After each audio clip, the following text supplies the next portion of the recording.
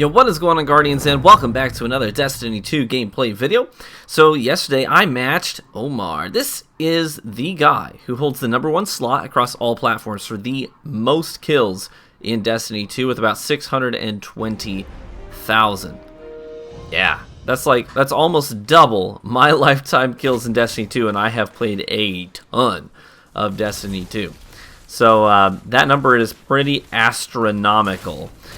He has held the #1 slot for a very long time, actually, and he does so by playing. He mains One-Eyed Mask and Erentil, right? One-Eyed Mask and Erentil. Now, I get a lot of people who have a hard time countering Erentil. They talk about how Erentil is really hard to counter. I 100% agree with you.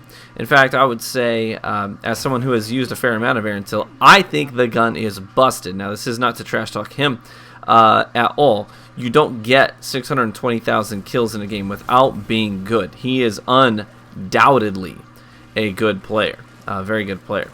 And he has a playstyle, and he has stuck with it for a long time. See some air snipes here. This, by the way, was my very first match of the day. I logged on, I hit go live, and I queued into this match. And so I came into this match cold. I was not warmed up, but I had like almost a 5.0 KD. I fragged out, top fragged the lobby, and actually we ended up winning the match even though literally half of our team went negative. So, but anyways, Erentil, oh my gosh, I would agree with the majority out there. I think Erentil is busted. I've used it enough to know that when you put it on, the game gets a lot easier. Here he is, you can see, and I bum rushed. I was like, no, as soon as I bodied him, I was like, no, I can't let him get away. I can't let him farm my teammates. This is the guy with the most kills in the world. We're going to hunt that down. And then I doubled back to make sure we captured A, because I also did want to win this match. And we did. So Erentil is hard to counter, but I want to break down. Actually, I got a slow-mo clip in here that's coming up in a little bit, where I really break down how, in a 1v1 engagement with him, I'm able to really bait out his Erentil shots, play patient, and then pretty consistently get the kill against the Erentil. And actually, I've had a lot of really good practice 1v1ing Erentil mains, right? And actually, I get this all the time where people say in my sidearm videos, "Oh, this would never work against a good player. Sidearms are not good against. Try using that against an Erentil. Try using that against a top tier player." Sidearms are actually really, really good if you use them correctly. Here, the time to kill is just so good. Look at this. Look at this. As soon as I find him, bam, he's done. Yeah. But I'm going to help you guys see how you can bait out Erentil shots. I've had a lot of practice doing this. I've done, in the first month when Shadowkeep came out, I did 24 hours. Not in a row, but I did 24 hours of 1v1s against challengers.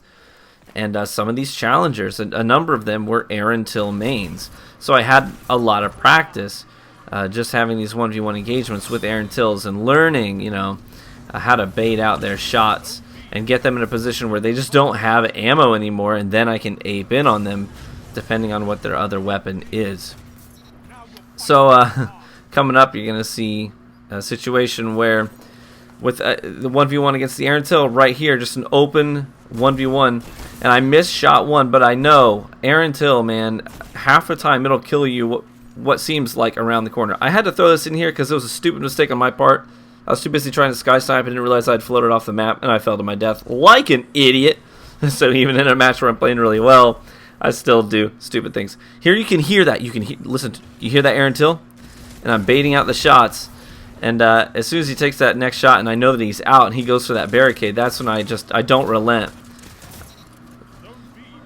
So anyways, I've had a lot of practice playing against Erentil mains, and so I know how to bait out those shots pretty well. And actually the highlights from those 1v1s are on my channel. I don't remember what the name of those videos are. In fact, some of those 1v1s I'm playing against tournament players who have competed in these console tourneys, members of clans that do sweats and scrimmages all the time, and so you can see how I fare in those environments and against those players. But this match is getting close to over here, and you can see just how close this match is. And a lot of times I'm disengaging because I realize I'm keeping an eye on the radar and I know that I'm surrounded. And if I'm going to fight an Erentil, I want it to be in a more controlled environment, not where there's a lot of chaos, because that's when you're going to get blindsided pretty easily by that thing. Now, this is not to hate on Omar or his teammate that he was playing with. They're both unbroken players. They even had another unbroken that was on their team, so it was a pretty tough lobby, and I had to play pretty smart. But yeah, this is not to shame them or trash talk them at all. They were really good players. In fact, the guy he was playing with, something Shadow, he had a really nice snipe shot. And he landed a number of snipes on me. He's a really good player too. So GG's to these guys. I really just wanted to use this as an example of when you're in an environment, especially specifically against a really good Erentil user.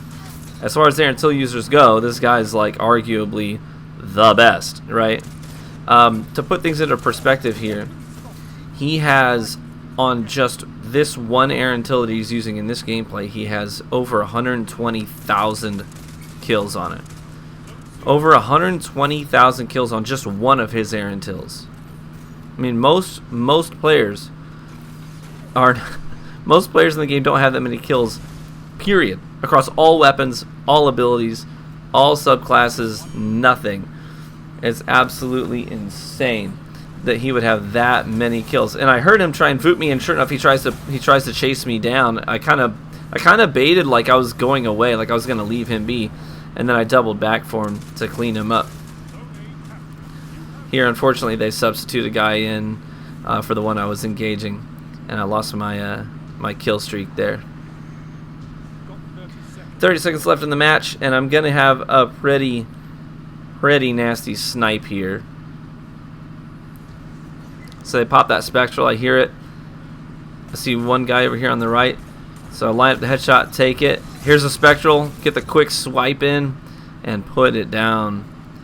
Felt pretty good about that one. Now I'm feeling kind of hot, so I jump out there, but I get bodied by the sniper coming out of spawn. But it doesn't matter. At that point, we won the match.